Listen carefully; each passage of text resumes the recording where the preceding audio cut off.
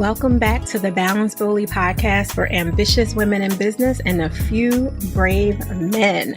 I'm your host, Naketa Ren Thigpen, always excited to be in the space with you. Take a breath. This one is serious. Put your headphones in, buckle up, baby, because we are going on a ride. Our next guest has a story that too many families relate to in secret shame, waited under the blanket of grief, loss, and jaggedly steered emotional roller coasters. Author and phenomenal woman, who also happens to be a wife, Tasha Van Howe boldly stepped outside of herself to write a novel penned under the title, Miss Me Always, for anyone who has ever experienced loss or struggled with infertility or the adoption vortex. A personal tale of tragedy and triumph that love helped her conquer. It is a pleasure to introduce and connect you with her today. Tasha, welcome to the BBP. How are you today? Good morning, or for me, I guess I should say good afternoon. Thank you for having me today. I am doing well. I have my coffee next to me and I'm ready to go. Which is awesome. And I think you need that coffee today with a full day of sharing your story, your journey, your love, and your loss with so many people today. I know you're on a full-on press tour because of this beautiful book that you've penned that is really, truly written from your heart. I would love for you to just take a few moments and share with everyone listening why you wrote this book and why now? Why share it with the world? I wasn't going to write the book, to be honest. I had a lot of people tell me that we needed to share our story. And it was after kind of reaching in within myself. Can I do it? Do I have the ability to relive this again? I said yes. And that reason was during all of our struggles, it's a very lonely place to be. And I figured this would be a book that I would have wanted to have available to me to make me feel seen and heard and not alone. So I did write Miss Me Always. It is the story of my husband and I and our love story, which has persevered our journey of starting a family. And we've done our due diligence. We did IVF, donor eggs, private adoption, and we did have our son almost full term, but he passed shortly after. Yeah. People don't know that stillbirth, for the kind of high level umbrella term, is something that happens with too many families and no one talks about it. And you and your husband both, because I'm sure you were in alignment to publicly have these conversations, which has to be challenging on so many levels. You're almost reliving those experiences over and over and over again, and you don't get desensitized. That's, for anyone who thinks that you just let time pass or you talk about it enough, it won't feel as raw. No, it always feels raw and you always feel it in your soul, but you lean into a different version of your power, different level of your power when you talk about it, knowing that you're giving hope to some other family who is struggling with something that they've never been able to talk about or didn't think that they could actually experience. Because again, no one, including the physicians, tell you about the possibility of this happening. So I just wanted to honor you for a moment and really thank you for sharing your truth, because it is hard. There's so many of us talking about all the materials and all the great things happening in our world on IG, Facebook, TikTok, wherever else in the world, but there's not enough of us talking about what's really going on behind the scenes. So thank you for that. Thank you for that. Yes, it is true. I say that infertility in general, and baby loss is something of it, it's taboo, really. Nobody really wants to talk about it. They might feel uncomfortable about it, or, they might almost frown upon you for bringing up such a sad subject. But if you're going through it, this is your life, and you may not want to talk about what the weather is like. You might need a minute where you need that support. So writing the book definitely was difficult. I wrote it through a lot of tears, a lot of moments where I wanted to give up. Luckily, I did have my husband by my side and friends who pushed me to keep going. And it was in those moments that again, I said, if it can help one person, then I'm going to do it. Wasn't easy, but I did it. Yeah. Yeah. No, definitely. I'm curious for the listeners' sake who don't have the opportunity to be in the room with you and ask these questions. As you were maneuvering through all of the deep levels of pain and still trying to be a human and, be able to laugh over spilled tea and not feel horrible that you were laughing at something or enjoying or having a good girlfriend moment or whatever other things might have been happening simultaneously in your lived experience.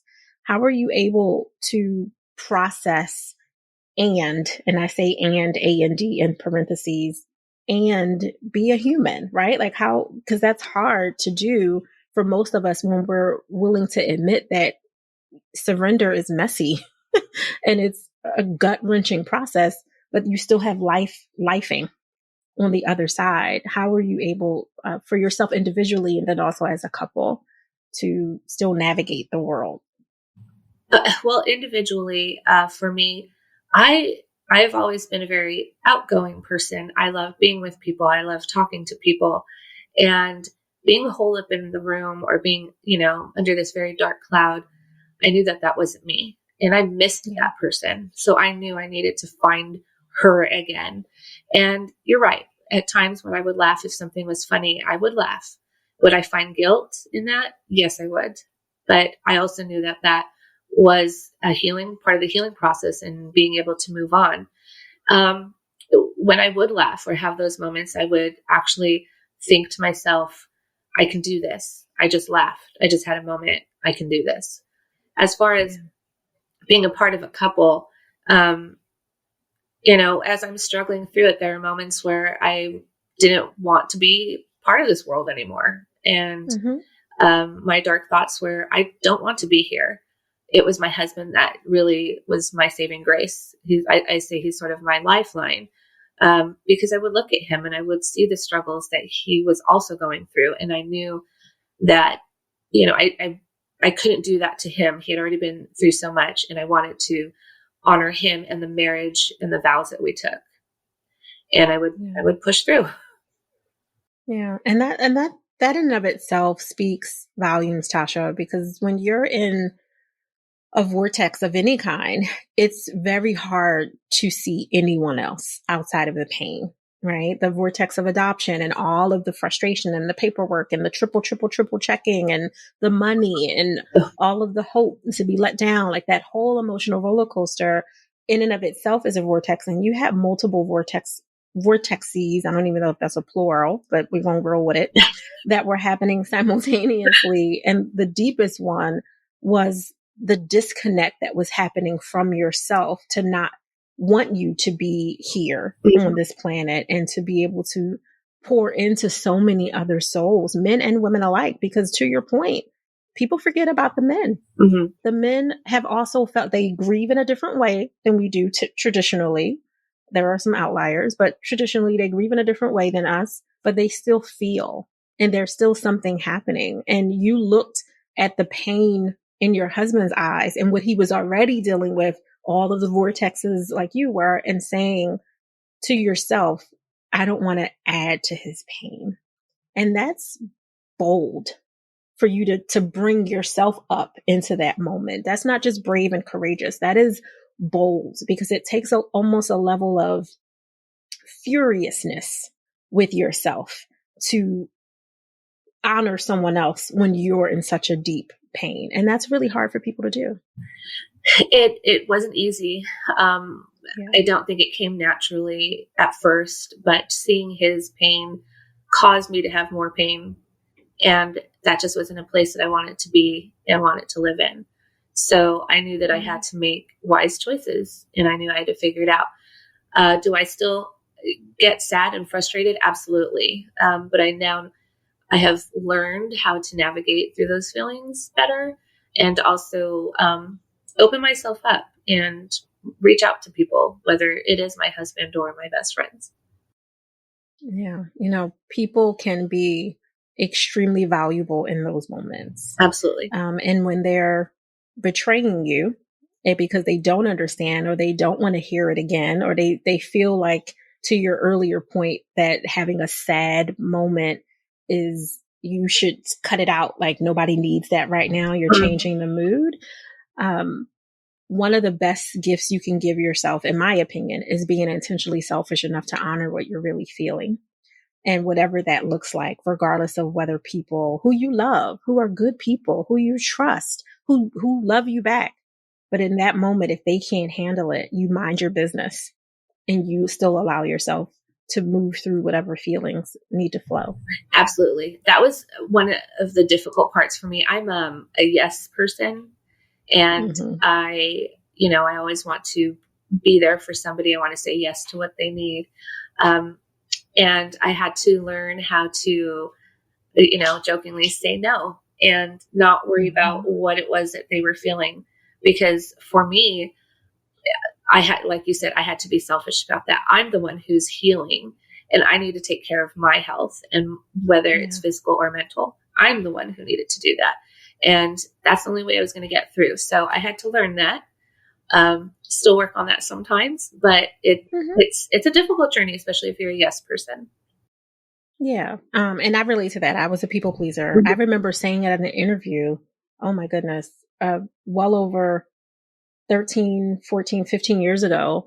It was a 27 plus person interview. They were all at the round table. Talk about a hammer, right? Yeah. Like in that moment. And I remember, I don't even know the exact question, but whatever the question was like, do you feel like it's possible for you to do this, that, and the third, all these high level responsibilities for this double director position that I was interviewing for, because I'm ridiculous on all the levels. And I remember saying so proudly in that moment, well, I'm a people pleaser. So, and I said it with such confidence, and people received it with glee, because of course they were going to be the benefactors of this people pleasing Naketa. And I had no idea how unhealthy that had been for me, let alone would be for me for the next year plus, until I started to release myself from it. And honestly, becoming an entrepreneur helped me do that. Not right away. It was baby steps, because it's a muscle, like, you feel really empowered and afraid simultaneously when you first do it. And you get a little bit more comfortable each time. And then there's moments when you backslide again to, oh no, I shouldn't be doing this. But it's like a muscle, like anything else. Sometimes your brain is telling you, don't work the muscle, just lay in the bed, be comfortable, right? Just default, because it's easier, because it's what you know, even if that easy is painful in its own way. But I really wanted the muscle, and that was really hard for me too. So I hear you. My adult children think no is my favorite word now. And I'm like, no, that's not true. It's just boundaries. Boundaries, yes. I've found my boundaries. I've learned them, and it's okay. Yeah. It's absolutely okay. Because in doing so, I feel like I'm happier. I felt that. Yes. You get to be happier when your world gets more expansive, because it's less focused on the needs of other people. Absolutely. And it doesn't mean that you're not still a giving, loving, nurturing human, right? Like you still get to do all those things, but now you get to do it from an authentic place and not just a place of expectation. Yes. Huge difference. Huge difference. When you finished the book and you were like, oh my God, I don't know if that happened at the end of manuscript moment, or when the manuscript was sent off to publish, or, what part of the journey you felt that like, oh my God, I actually put all of myself into this. When you think about that moment and take yourself back, were you thinking that you wanted the readers to have a specific gift from it, or the gift of just knowing they weren't alone? And I don't say just to minimize, but was it more of something specific that's in your head, or just, I want people to know they're not alone? Definitely the part of not being alone. So my moment was at 3:30 in the morning when I finished it, and I stared at the computer and went, I don't understand. Am I done? I had to question myself because I have been working on this for 2 years, and suddenly I was done.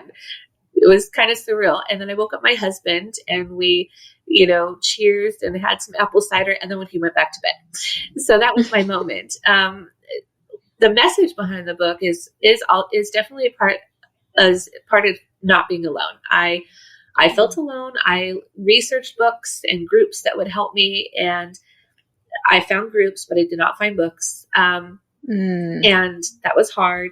So I don't want, and I say people, because again, it's not just women, it's men and women, to not feel alone, but also to look within yourself and trust your journey. The end of your journey may not be what you thought it was, but there is life to be lived and life to be had. So if you don't have children at the end, or you miss this person that was a part of your life, honor them by living your life. And also for couples, look to your partner. That was the first person you chose to spend your life with. And if you allow infertility to sort of dictate your relationship, then you're bound for, I don't know, something sad. But if you, a less blissful experience. Yes. Yeah. Yes. But if you hold on to that love that you guys had, and you remember why you wanted to start a family with that person, then you can come out ahead. Yeah. Yeah, it makes a lot of sense. And I can tell you, as a balance and relationship advisor that works with a lot of power couples, this is not a unheard of thing, and it's not a small thing, and it can ruin, and I mean that literally, some of the most beautiful love stories, because you start to fixate on what is it, instead of really giving yourself the privilege and the grace to look at all of it. It's not an either or. It's yes, I hurt. Yes, there is a void. Yes, there was a love or a potential love that didn't get to flourish and bloom through our womb or through the womb experience of adopting, all of those things. And I live in that space of A&D on purpose. And all of it is beautiful just as much as it's brutal. But if you only look at the brutality, who wants to lift their head from that? Who wants to go on a vacation with their lover after that? Like, who wants to laugh out loud without the guilt if all you feel is the brutalness, but you don't also soak in the beauty? Yeah. And I like that you say soak in the beauty through the brutality. And 100%, if I didn't stop and look at my husband for a minute and think, here's this amazing and supportive man who I love, and just breathed and looked at him and remembered that love, we may not be here where we are today. I knew I loved him. I was, we're high school sweethearts, but I didn't know the expanse that it could be and how much more I could fall in love with him. Yeah, I know that's right. And my forever lovers, my soul have too. So I'm right there with you. We've been rolling since 13. Like, listen. I've been with my husband since 16. So yes. Right. And now I'm with you. Well, we were only friends at 13. I will be honest and say that I wasn't that expansive in my love knowledge. I love, but we didn't start dating until senior year, which was 17. Well, so I had to wait till I had a body, Tasha. Okay. He wasn't trying to have it until I had some shape. I understand. I didn't have shape you were at 13. So you have the excuse. We're good. I didn't have much to offer in that venue. And once you did, you had that confidence. You were ready to go. I know, child. Unstoppable. A whole nother episode. What? I like to remind him, you lucky. You caught me while I was young. Oh. You got me.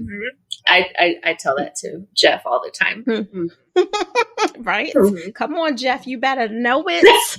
You better know it. I know you listening to this episode right now. You better know it. Well, Tasha, when you're not writing and inspiring and on tour, how are you giving yourself permission to pause? When I feel myself feeling overwhelmed, it may be bad, but I don't care if my house is in disarray. I will stop, take a minute, make myself a cup of tea, and I will watch something on TV just to numb my mind. And that is my pause. Yes. Oh, yeah. I'm about that life. For me, it'll be something ratchet reality show. Oh. Mine is more. Where's a housewife? I think mine is more in the moment. If, I'm having a really bad day and I'm raging, that I might watch like a scary movie Oh, okay. But if I'm having a sad day, then I'll watch a sad something so I can cry it out. Yeah, no, I get that. I love that you are in sync with your emotions. My Philly comes out and I'd be like, where is the people throwing the bottles? No, let me stop. I'm telling on myself, let me cut it out. Tasha, where can people get more information about you and this beautifully penned book, Miss Me Always? Miss Me Always is available on Amazon and Barnes & Noble online. I am on Instagram under author Van Howe. So if you want to slide into my DMs, I'd be happy to sign a book for you. Tell me about your journey, and I'd love to connect. Be mindful, guys. Jeff is watching. Okay. So when you're sliding in those DMs, mind your manners. Although I probably immediately read to him what was happening. So I definitely do. Yeah. I'm like, he quiet, but be very mindful. He is observing and in protective mode at all times. I'm with you completely. Thank you so much. Do you have any other words of wisdom or any last details that you want to share with the women and men that are listening to this, saying thank you? Thank you for the hope. Thank you for the inspiration. Can't wait to get the book, but I'm so honored by your story and just what you've shared in this 20 minutes. Anything else you want to give them? My other message is to advocate for yourself, no matter what the situation is. Believe in what you feel, because if nobody can advocate for you better than you can. And there are a lot of times that I wished I had spoken up more. So that is definitely something to think about. #advocate. I stand with you on that all day. Thank you so much, Tasha. We appreciate your honesty, your vulnerability, and your willingness to do what most aren't. Thank you. Thank you for having me. It was very fun, and it was a pleasure. Thank you. I did warn you that this was going to be fun. I did. It was. Balance Boldly listeners, thank you so much for staying tuned with us. If you are new to the BBP, then be prepared that I am not shy, and I do ask very unapologetically. I have 2 specific asks that I would like of you in this moment. The first is to think of someone in your ecosystem. You can come into your body, lower your shoulders, really open your mind to who do you know who can benefit from hearing Tasha's story. Whether they have dealt with something physically from their body or they are maneuvering through the adoption vortex of sorts, whatever it is, if you know someone who feels alone, who felt like their story could never be heard or they had to bury their truth because it made other people uncomfortable, any of those things, please share this episode with them now. No explanation other than heard this dope interview, check it out. Don't put any of your context on it because that will sway what people feel like they are ready to hear, and only they know what they are ready for. So thank you in advance for receiving and executing my ask. My second one is that you enjoy the balance of your day, but remember, do it boldly.